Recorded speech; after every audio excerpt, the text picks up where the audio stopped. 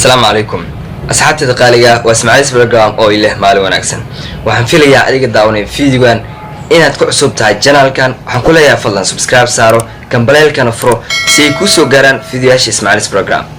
ما أنت وحنقول وضع حدي عتاي أردي اسكت ديارنا يا جامعات أما قف دونيا إنه قط كمبيوتر وحن في ليا إن أود أكسون هاي كمبيوتر ذو إن يسوي ذا إهين كول وضع نظيفة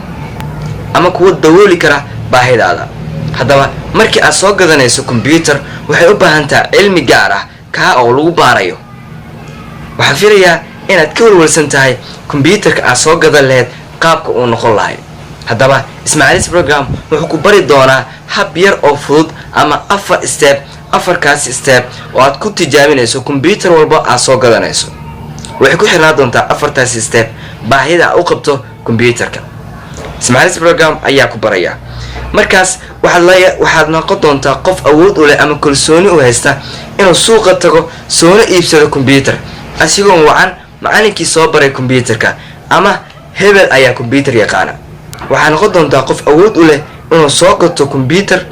asigoo ku kalsoon computerkaas soona baraaweeye intoona soo galan Ismaaciilis program ayaa ku tusaya qaabka loo baraaweeyo computerka markuu cusub yahay ma yahay computerkan mid ku anfacaya ama ma aha Ismaaciilis program ayaa ku tusaya yaan hadalku ku dheereen aan galna casharka soo bax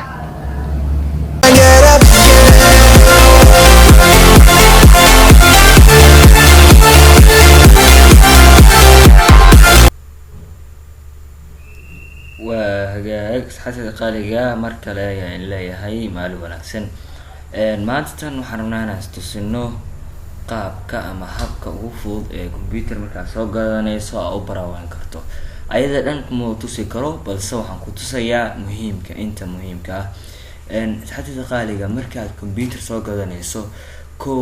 waxaa laga rabaa inaad fiiriso muuqaalka guud ee computerka waxaan kula jeedaa sida inaad baraaweedo ama aad fiirido screenka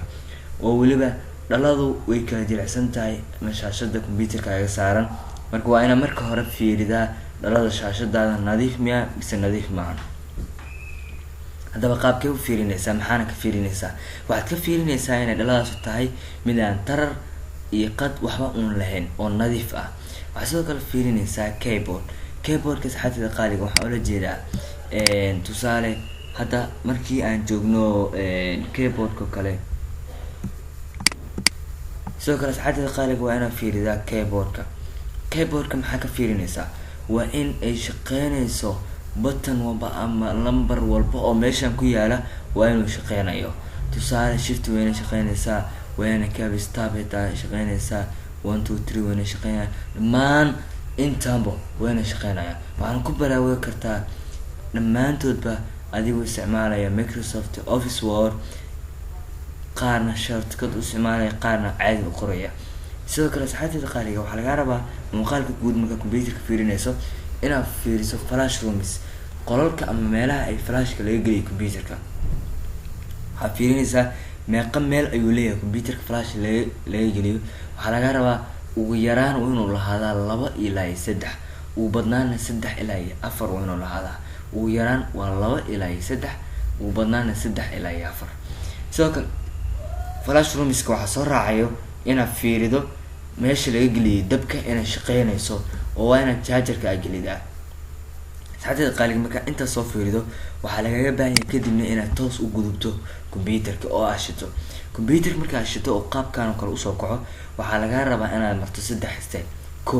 inaad tagto halkaan ee ku qoran tahay this personal computer PC waxaa laga soo gaabiyay personal computer dadka qaar waxay u yaqaaniin my personal computer ama my computer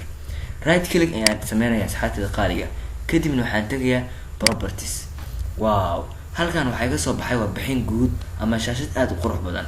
waxa ku qoran view basic information about your computer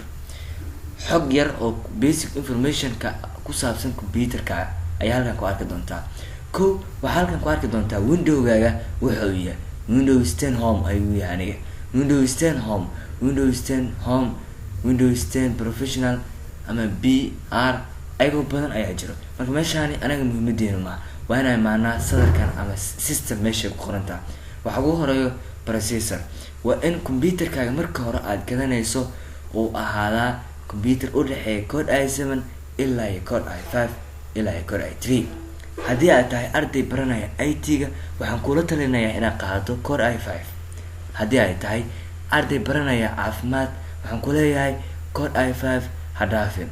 waxaan sidoo kale kula talinayaa ardayda IT-ga baranayso walow dadka Soomaaliyeed ay isku ahayn dad aan awoodo computerada aad u qaali ah, waxaan kula talinayaa inay soo qaataan Core i7. hadda computerkayga waa Core i7 wax ka koreeya ma laha.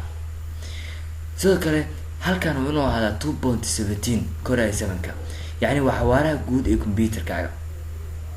computerada qaar way ka bedelayiin balse waa inaad adiga fiirisaa. Core i7 hadduu ka yaryahay 2.10 ayuu meesha istaagi doontaa. hagaaga saxaabtada qaaliga, raamka computerkaaga waa inuu noqdaa 4. hadduu computerkaagu yahay computer aan celisayn waa inuu Core i7 markuu yahay computerkaaga uu yahay mid celisa waa inay raamkiisu uu yahay 8. computer Core i7 oo aan celis ahayn hadduu noqdo 4 wuxuu noqonayaa computerkaas mid celisa. computerada celiska Core i7 raamkooduna waa 4, laakiin computer celis aan ahayn waa inuu raamkiisu noqdaa 8GB. haddaba hadduu RAM aad celis kusoo gadatay raamkan waa laga bedeli karaa, wax saa u weyn maahan, laakiin waa inuu 4 ilaa 8 oo ahaadaa. hadduu 8 yahay computerkaaga xawaarihiis aad buu noqon doonaa. sidoo kale system type oo ah 64-bit inuu noqdo operating systemkiisa waa inuu 64-bit oo noqdaa ama 32. 64-bitkaas waa muhiim inuu computerkaaga noqdaa. waagaag halkan waxaa ka arkaysaa computerkaaga magaciisa, full name computerkiisa, dhammaan iyo qaabka uu shaqeeyo, waxyaabahaas halkan ka arki doontaa saxaabtada qaaliga. marka waxaa sidoo kale laga rabaa intaas markaa aragto koodkiisa Core i7 miya raamkiisa waxaasna markaa soo aragto waa inuu 500GB ka kaxayay. waa markaas inta soo aragto waxaa laga rabaa inaad aragto computerka xawaarihiisa. xawaaraha computerka sidaan ku arki karnaa ma refresh aan dhahayna mise boqo waxaan sameyn karnaa si kale. waxaan ku arki karnaa inaan sameyno my computer ayaa tegaysaa, right click ayaa leedahay, properties ayaa taabanaysaa. properties markaad click ku siiso hadday hore kasoo boodo it means computerka xawaarihiisu waa mid high ah, laakiin haddii aad ka dareento culeys waxaa ku tusinaysaa inuu computerkaaga uu yahay mid culeys ah. tusaale dhag searchiga waa inaa mid kale kala soo saaro Excel oo kala soo kicina dhag waa inuu hore kasoo kaca. haddana waxaa soo kicina PowerPoint ayaa soo kicinaya dhag waa inuu hore kasoo kaca. saxaabtada qaaliga computerka culeyskiisa sidaas ayaa arki kartaa. marka saxaabtada qaaliga intaana waa in kooban oo ma soo wada koobi karo meelaha laga baraawayo computerka laptop markaa soo gadanayso, balse intaan waa in ku anfici doonto. waxaan ku leeyahay fadlan intaana in ka badanba waa soo wadaaye la sii soco fiidiyaasha xiga. mahadsan. wow, isku soo noqod wanaagsan asxaabtada qaaliga. haatan waxaa baratay 4 step ee lagu baraawayo computerka markuu uu cusub yahay ama markii aad doonayso inaad soo gadato. waxaan filayaa 4tan in ka badanba inay jiraan, aniga ayaa huwa, balse waan soo gudbi doonaa. waxaan kuusoo gudbiyay hadda oo keliya 4 step ee muhiimka ah. waxaan ku leeyahay ha bakhiilin saaxiibkaa la wadaag si uga faa'iideysto. mahadsanid.